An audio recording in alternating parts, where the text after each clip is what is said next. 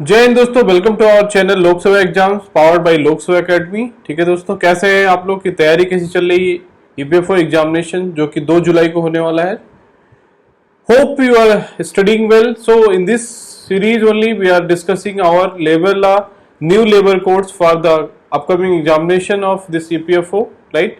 Which is very important, this labor law industrial relation topic for this examination. ठीक है, so already we have discussed social code on wages and social security code. ठीक है, today we are going to discuss the industrial relation code 2022. ठीक है, as you know already we have told that there are 4 new labor codes which will replace existing 29 labor laws. ठीक है, उनको मिला के 4 labour code बनाए गए हैं।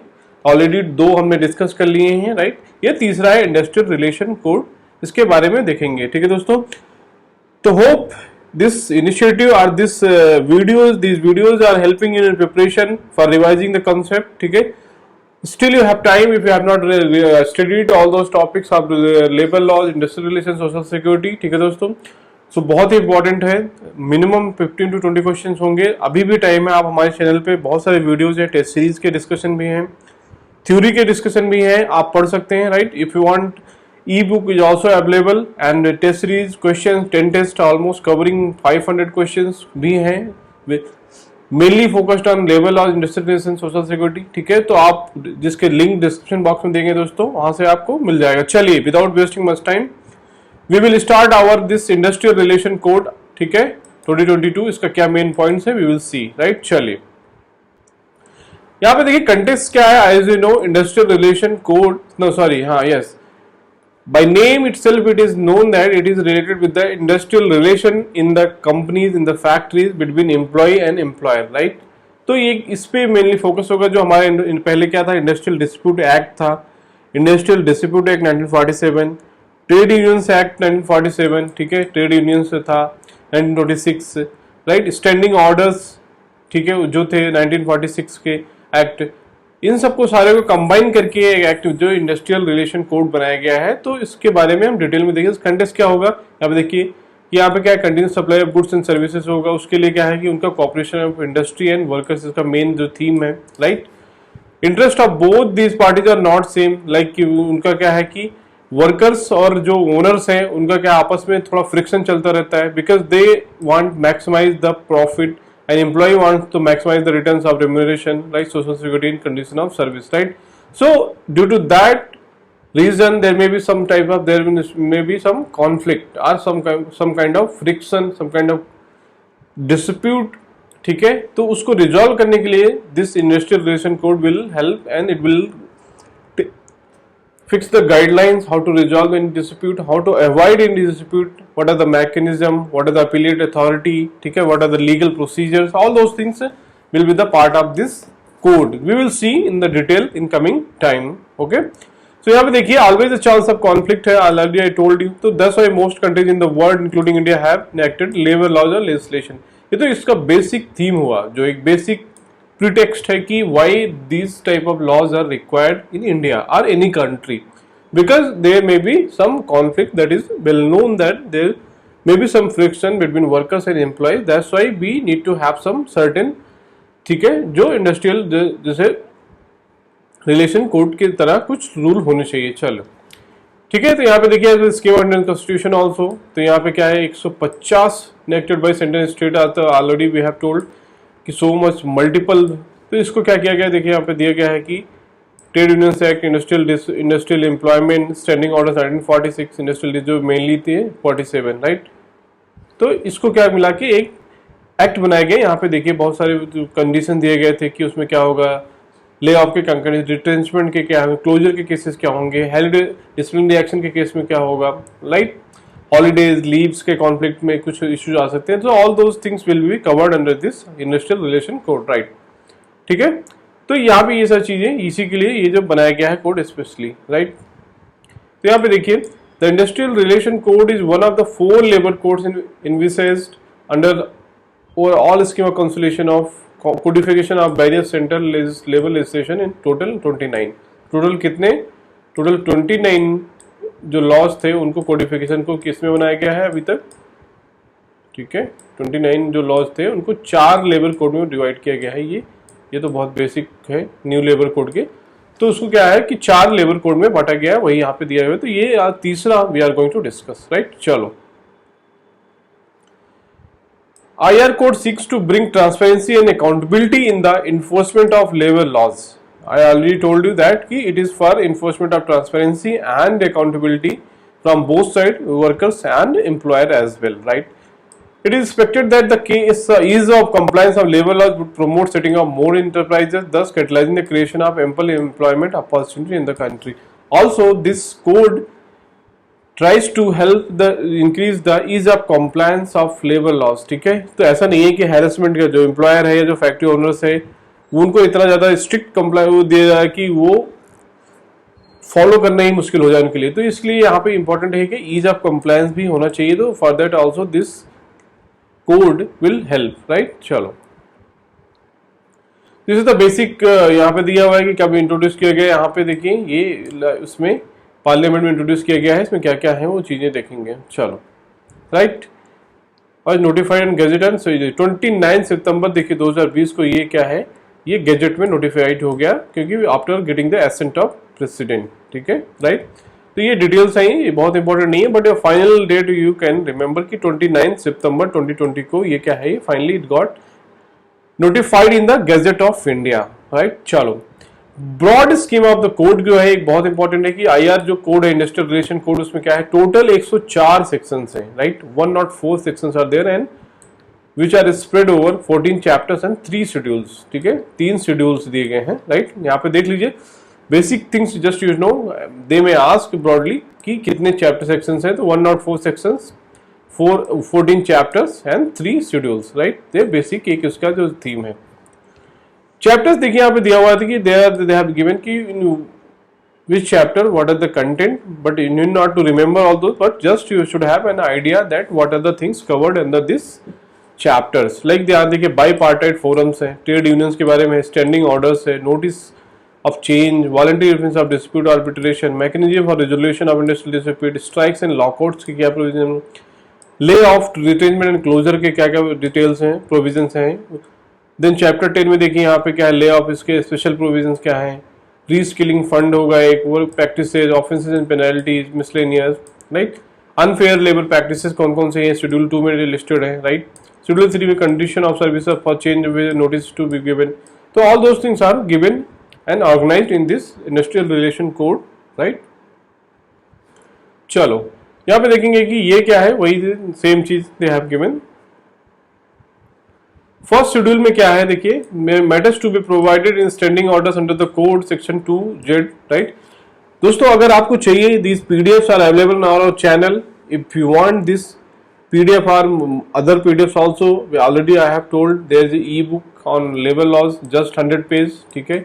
आप अभी भी अगर लेबर लॉ नहीं पढ़े हैं दोस्तों तो आप कवर कर सकते हैं, जस्ट अभी भी टाइम है, just few hours you have to give and you can cover this labour law, industrial relation, social security topics, ठीक है। हमारे चैनल पे पूरी प्लेलिस्ट बनी हुई है, वहाँ पे आप जा सकते हैं, टेस्ट सीरीज के डिस्कशंस हैं, एमसीक्यूज की सीरीज है, एक लेबर लॉ चैलेंज जो है उसमें बहुत सारे हमने एमसीक्यूज डिस्कस किए हैं।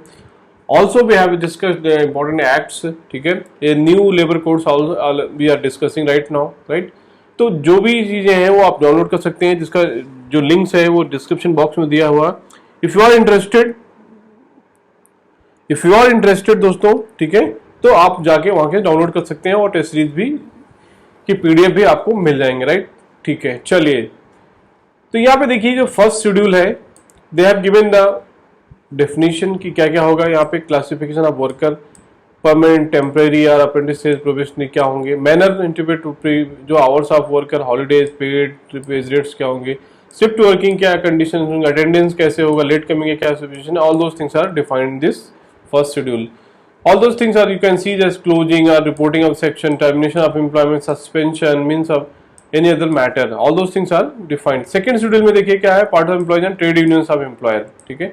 तो ट्रेड यूनियन और एम्प्लॉयर का जो रिलेशन होगा वो डिफाइन किया गया है कि restrain from coercion workers in the exclusive right to organize and join as trade unions, ठीक है। Dominate, interfere with the computer support, ठीक है। To establish employers sponsored trade union of workers, right, to encourage a discourage membership entertainment by discriminating against individuals. All those things are conditions are defined. To discharge or dismiss workers by way of victimization, against these there are protection rules, right? चलो, these things you can go through by downloading this PDF bar, by getting this PDF from our channel. ठीक है, description box में उसका link दिया हुआ, वहां से आपको मिल जाएगा. On the part of workers and trade unions of the workers क्या है, तो device are active support and instigate in strike due to be illegal under this code, right. तो स्ट्राइक के लिए क्या क्या कंडीशन है ये आपको पढ़ना पड़ेगा यहाँ. ठीक है.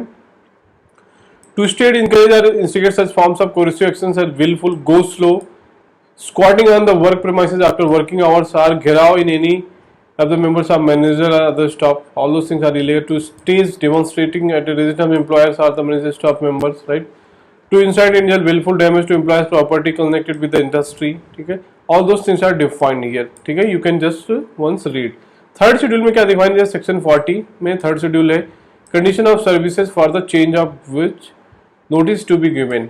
इसमें क्या डिफाइन किए हैं कि अगर आपको कुछ चेंज करना है उसके कंडीशन में, उसके टर्म्स में, then there should be a notice to be given to the employees, right. तो वेजेस इंक्लूडिंग पीरियड और मोड ऑफ पेमेंट, अगर आप किसी वेतन में सैलरी में कुछ चेंज करते हैं तो you should give the advance notice to the contribution paid or payable by the employer to any provident fund or pension fund or benefit of workers under any law of time being enforced. Okay. Compensatory and other allowances, hours of work and rest intervals, right. Leave with wages and holidays, starting alteration or discontinuation of shift working otherwise than in the accordance with the standing orders, right friends. So all those things, if there is any change in among these, there should be a notice to be given to the employees, right. Classification of grades, अब में अगर कुछ change कर रहे हैं, rationalisation कर रहे हैं आप किसी चीज में, ठीक है. All those things further you have to give the. Now here we are coming now salient features of the code. What are the salient features of the this industrial relation code जो है, उसमें क्या क्या important features हैं, that we will see quickly, right. चलो, पहले contracting the scope of industry by defining the same as to the exclude institution owned or managed by organization wholly or substantially engaged in any charitable, social or philanthropic services, sovereign functions, domestic services and any other activity. इसने क्या है, थोड़ा सा इसके industry के definitions को curtail किया है. Earlier it was very broad, तो उसकी वजह से क्या बहुत सारे डिस्प्यूट होते थे जो बहुत एम्बिगुअस होते थे. तो to remove the ambiguity in this code, what they have done, they have reduced the contract scope of industry. ठीक है, उसमें से ये चीजें एक्सक्लूड कर दिया गया. Now based on the definition of industry pass by the parliament. ठीक है, ये उससे लिया गया है, इसका जो न्यू इंडस्ट्री का डेफिनेशन है, राइट. ठीक है, तो ये चीजें यहाँ पे देखी. और यहाँ पे क्या change in definition of wages, जो एक डेफिनेशन थी वेजेस की पहले जो इंडस्ट्रियल डिस्प्यूट एक्ट 1947 में था, उसमें थोड़ा चेंज किया गया है, राइट. यहाँ पे देखिए, to exclude a component of house rent allowances, convenience allowances. पहले क्या था, HRA was part of, as per the industrial जो डिस्प्यूट एक्ट था, HRA एंड कन्वीनियंस अलाउंस जो था वो that was the part of wage for this act. ठीक है, तो इसमें क्या किया गया, अभी डिफिनेशन को यूनिफॉर्म किया गया and HRA and convenience allowance will not be part of the wages, right. So that they have changed. Here you can see very important है, ये important change है, you should keep in mind. ठीक है, change definition would have an impact on quantum of compensation. ये जो है इसके क्या होता था कि HRA और जो convenience allowances है वो भी पार्ट होता है वेजेस का, तो जो कंपनसेशन होता था इनके साथ एनी डिस्प्यूट और एनीथिंग वो ज्यादा होता था. अभी थोड़ा सा इस पे इम्पैक्ट पड़ेगा. ठीक है, चल revision and modification in the definition of workers के यहाँ पे क्या, by way of enacting salary limit जो थी 10,000 से 15,000 की गई. ठीक है दोस्तों, तो अभी जो फिलहाल जो इसमें प्रोपोज लिमिट कितना है, 15,000 पर मंथ है. ठीक है, तो ऐसे लोग उसमें कवर होंगे जिनका 15,000 से है. डेफिनेशन ऑफ स्ट्राइक जो है डेफिनेशन में चेंज किया गया है. तो ठीक है, यहाँ 50% और more workers employed industry also with in same mate concerted casual leave on given day by 50%, right. Introduction to fix term employment, FTE. Already we have told that कि अभी क्या है, तीन तरह के एम्प्लॉयमेंट है, एक परमानेंट एम्प्लॉइज, राइट, एक कैजुअल वर्कर्स एंड एक देखे है ये FTE आया. ये क्या है, FTE, right, fix term employment, right. तो definition of fix term employment की क्या है, engagement of worker on the basis of written contract of employment for a period, fix period, right. तो ऐसे हुआ, सपोज क्या होता है, कुछ अभी क्या PSUs या जो भी हैं, जो फैक्ट्रीज हैं 3 or 5 वर्ष के लिए they will take FTE, fixed term employment, but on par with the regular employees. They will be getting all the things. आगे we can see all statutory benefits. जो FTE होगा कैजुअल लेबर को तो benefit नहीं मिलता, but FTE will have all social security में wages उनको on par with regular who are doing same or similar work, right? तो ये बहुत बड़ा डिफरेंस है एक, राइट? ठीक है, चलो यहाँ पे उसने देखिए कंडीशन दिए गए हैं कि क्यों क्या क्या इम्पोर्टेंट है, ये आप देख लीजिएगा, ठीक है। A comparison between the different type of employments, यहाँ पे देखिए डिफरेंट टाइप के एम्प्लॉयमेंट दिए गए हैं, राइट? तो टाइप्स ऑफ एम्प्लॉयमेंट क्या होगा यहाँ देखिए, already we have told fixed term employment, right? Permanent employees you know, contract labour you know. तो इसमें क्या डेफिनेशन क्या देखो कि ये क्या है कि ये तो फिक्स्ड टर्म क्या है कि ये कुछ स्पेसिफिक टाइम के लिए लिए जाते हैं। ये परमानेंट एम्प्लॉय तो permanent on the payroll of the establishment, ये भी होते हैं पेरोल, ये भी होते हैं on the payroll of establishment, FT भी होगा, but casual labour they will not be part of the payroll of the establishment, they will be hired or engaged through some contractor or agencies, right? But FTE will be directly on the payroll. That you have to little pay attention. You have to be careful about this FTE, fixed term employees, right? तो इनका जो होता है कि statuted fixed term, already told you, like एक बार lapse हो जाता है टाइम तो no notice is required to be given on retrenchment. एक तरह का ये will not be covered for retrenchment, but ये नो नोटिस नहीं दिया जाना चाहिए, क्योंकि बाय डिफॉल्ट आपका टर्म खत्म हुआ तो you will be fired from the factory और कंपनी, राइट? तो ये चीजें हैं। चलो या provision of negotiating union and council, जो ट्रेड यूनियंस एक्ट 1926 था उससे रिलेटेड चीजें यहाँ पे दी गई हैं, ठीक है। They have defined the trade union with at least 51% of workers as members will be considered sole negotiating union. तो एटलीस्ट 51% वर्कर्स को जो उसके मेंबर रिप्रेजेंट करेगा, ऐसी यूनियन को क्या है, पावर है सोल नेगोशिएटिंग यूनियन, राइट? तो 51% होना चाहिए, ठीक है, with employer of the establishment. In case no union has 51% of worker as members, तो क्या होगा, उसमें नेगोशिएटिंग काउंसिल बनाया जाएगा by combining more than one union will have negotiating council. कैसे होगा, consisting of representatives of union that have at least 20% of workers as, तो 20% से वर्कर्स से ज्यादा जिसके भी मेंबर हैं यूनियंस के, तो you will have there will be negotiating council will be formed, right? One representative shall be included for each 20% of the total on the rolls as members. तो एक भी जो भी है 20% वर्कर्स के लिए जो रिप्रेजेंटेशन के लिए one representative will be included in this negotiating council, right?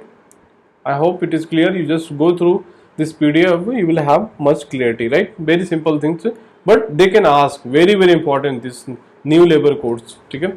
Changing the threshold for the purpose of seeking permission before closure. Suppose कोई फैक्ट्री, कोई ओनर जो है, जो फैक्ट्री ओनर जो है या जो एम्प्लॉयर है वो बंद करना चाहता है due to sir maybe any reason, due to financial viability नहीं है या उसका कुछ और प्रॉब्लम है या सीजनल था या बिजनेस इज नॉट देयर, तो they where may be some reason they want to close. तो उस केस में क्या था, पहले ये लिमिट जो थी कम थी, तो उसको क्या बढ़ा के कर दिया 300। अभी अगर 300 से ज्यादा 300 or more than 300 workers are there, then they have to take the government permission. But if before closure, retrenchment and layoff कुछ भी करना है तो तीनों टर्म्स दोस्तों यहाँ पे अलग अलग है, देखिए आपको ये भी, and closure, all three terms are different. Retrenchment क्या होता है दोस्तों, ये क्या है, ले ऑफ क्या है, एंड क्लोजर क्या है, आपको पता होना चाहिए। Already we have discussed these things on MCQs, you just go through, ठीक है।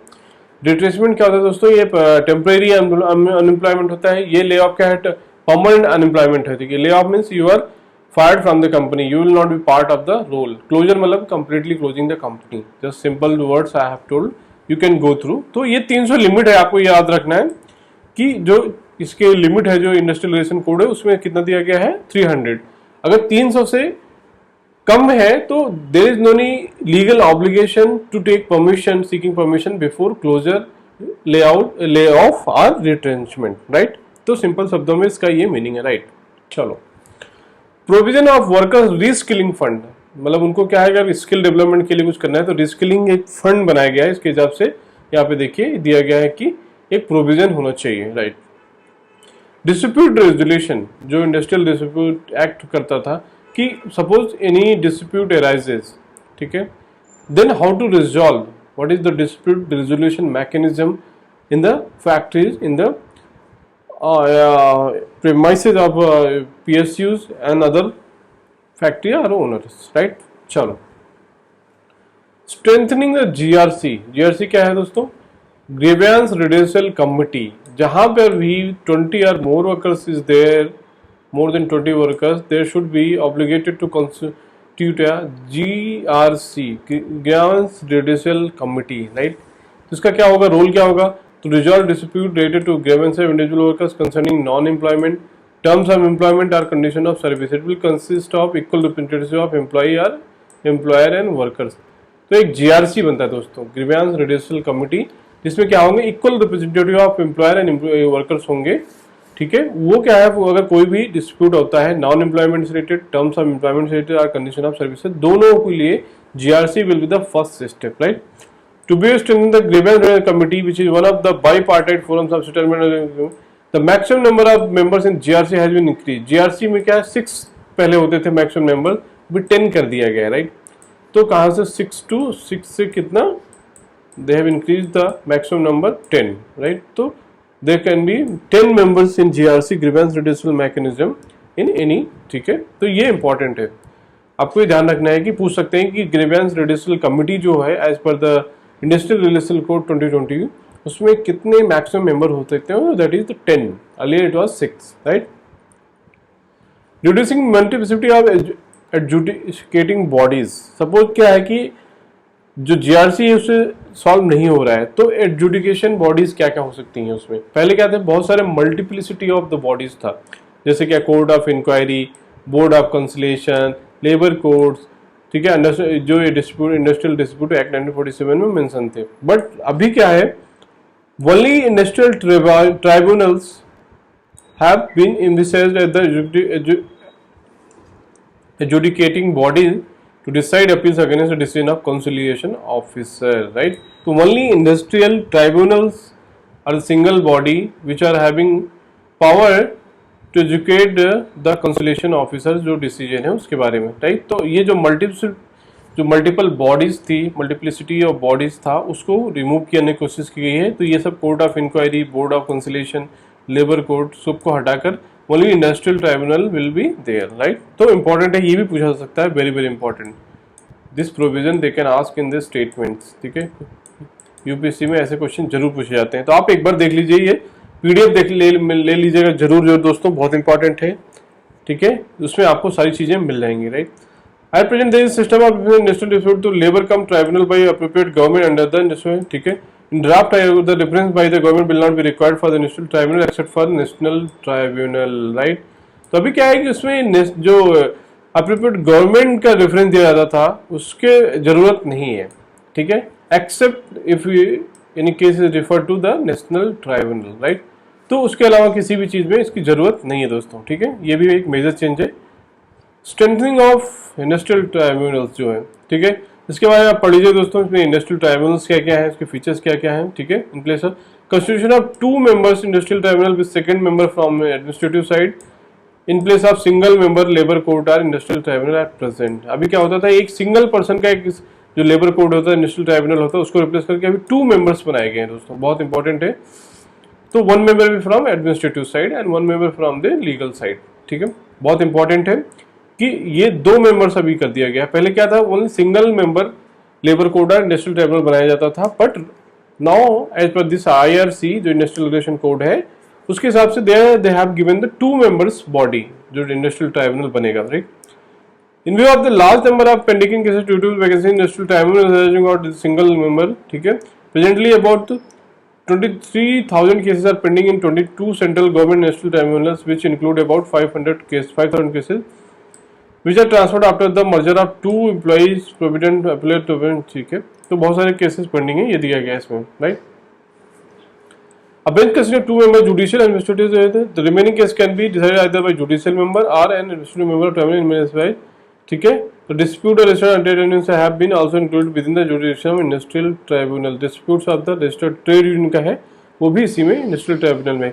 Empowering the government officer to impose penalty in certain cases. Suppose कुछ penalty government officers When the punishment exclusive, the fine shall be imposed by the officer not below rank under secretary, rank का होना चाहिए, ठीक है, government of India officer to equivalent rank in state government appointed by the appropriate government. तो जो भी अगर fine किसी की लगाना है तो मिनिमम रैंक जो अंडर सेक्रेटरी रैंक का होना चाहिए और equivalent rank in the state government, right.